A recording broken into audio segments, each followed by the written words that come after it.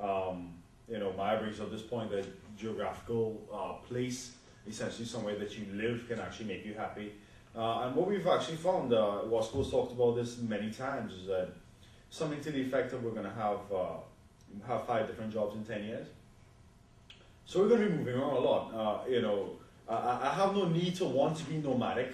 I hope those 10 jobs are in one place, but they probably won't happen. It won't happen that way. And so, you know, another point that he brings up is that there's this worry here that we're not gonna have a place that we actually call home.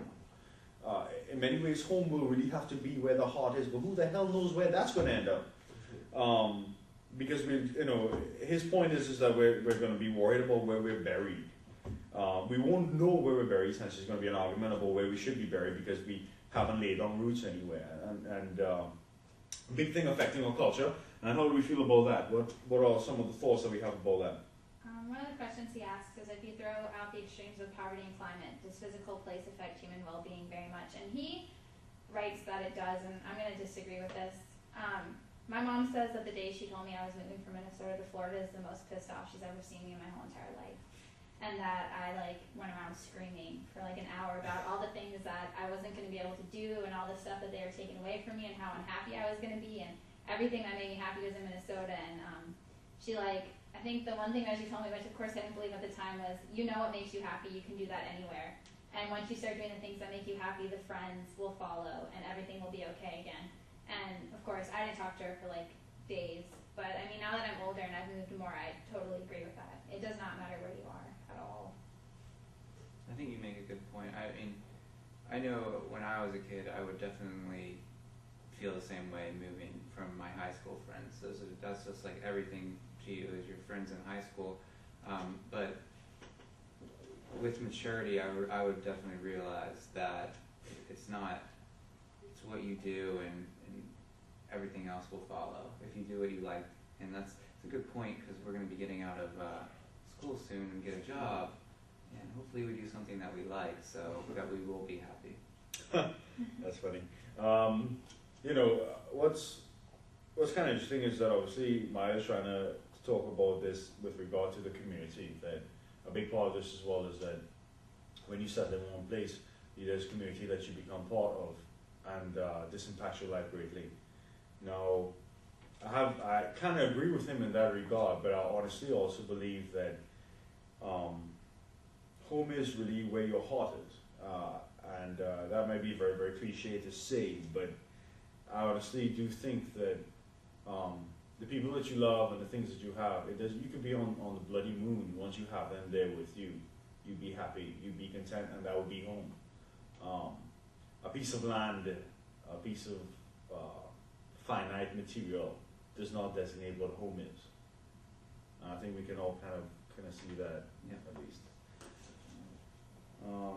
Okay, well, that's the end of that. Thank God for it. All right. We're glad you joined us again, and here we are for the next portion here, phony wars. The Civic War. There we go. Thank you very much, Marvin. God knows you need to say more. All right, the Civic War. This Civic War, we're talking about essentially. Wow, I need to really gauge better into that than what I just said. Okay. Let Christina go. Yeah, there we go. Well, basically, the Civic War is a war fought not by the nation, but by the political elite, and it includes the news media. So it's not fought by us in general, but it's the battle going between the Democrats and the Republicans, because mainly there aren't any more political groups in the U.S. Right. But that's the cover story. The Civic War is the cover story actually for another myth called the Culture War. And the Culture War, as Jason stated earlier in his name, we'll call it in the chapters, the phony war. That's all it really is, because the issues that the politicians fought for back in the 1960s, they aren't the same. As a matter of fact, the book tells us that there hasn't been a comparable landmark legislation since Watergate. Back then, you had the New Deal. We joined and won the World War II. We built the National national transportation infrastructure. We enacted civil rights legislation. We sent the man to the moon.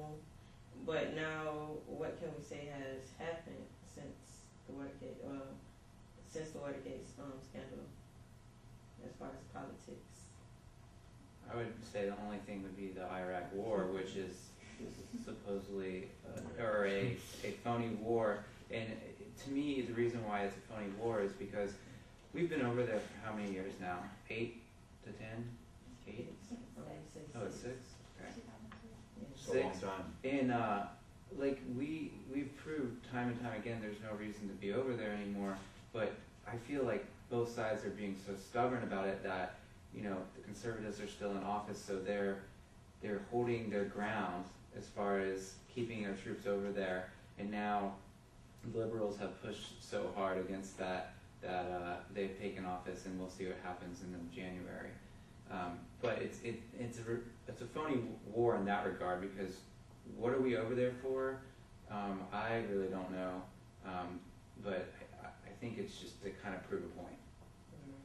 I think this whole thing kind of goes back to the point of this book, though, too, is like, if somebody does get into office and they do want to try and do something, somebody is immediately attacking that idea, and it's immediately shown to have flaws and be awful and be phony. And so it's really hard to get things done when you have people constantly working against you and nobody ever saying, oh, that would be really great. Yeah, I definitely agree with that. And I remember when we were watching the presidential debates with McCain and Obama, I was looking at my roommates and just saying, why would you ever want to do that? Why would you want to run for president? You were constantly under pressure. You were constantly being scrutinized for everything you say. It's like it's never anything's right. I just can't imagine. I admire those guys so much, but I could never do it. I'm too like in the middle with everything. I wouldn't want to be put. I think there is maybe not a civic war between like probably Republicans and Democrats, but I think there is like a big divide or a war between like different segments of society, like middle class and high class, and the really poor, or between educated and uneducated people. I think there is a war going on between them, because with the whole taxes thing, like the richer class is saying, oh well, we don't want to be taxed, so we like this situation, but everybody else is like, well, you have all that money, so you should be paying more. So I think that's where the war really lies, like even with the Amendment 2 thing between homosexuals and people going straight. I think those issues really divide us, and that's where the war really lies, not really between like Republicans and Democrats. And you know what? I think you kind of hit the head on the nail there. I think with regard to most things, what you have is, even in our society, even though we have a strong middle class, we do have this kind of barrier where we separate the powerful or the rich from the majority of our country, and we kind of go along similar lines of how people think are based on, for instance, like you're saying, I think parties, for the most part, jump on the bandwagon of one being more for the middle class, being more for the lower class even, and the other being more for the rich. And when you look at the things that they are fighting on, the issues that they are fighting on, I mean, you can more than just hypothesize which side they're going to be on, just based on if you hear an issue, if you hear any issue.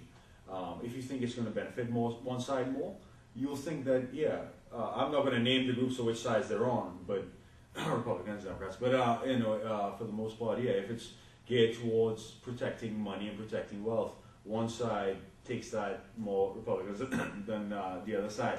So I mean, that's actually very, very insightful that this is true. This is very, very true, I think. And Well, one thing this chapter talked about was lobbyists. How you have, going back to what you're saying, you have those that are for gay marriage on one side, and then those that are against on the other side.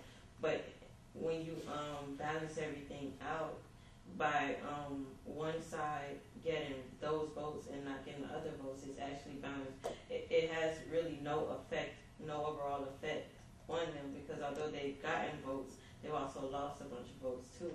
But the lobbyists are really doing is giving them money that they need to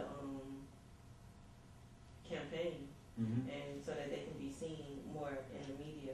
One thing this chapter did talk about is politics, the politicians' appearance in the media, and how the political equation is now marketing equals campaigning equals governing. This is definitely something we talk about as well. The idea here that marketing and things like politics are now a brand. They're a thing where essentially a brand can be popular or unpopular. How we've taken it even to that level with regard to marketing, with regard to the way we market a product, we're marketing republicanism or democracy essentially.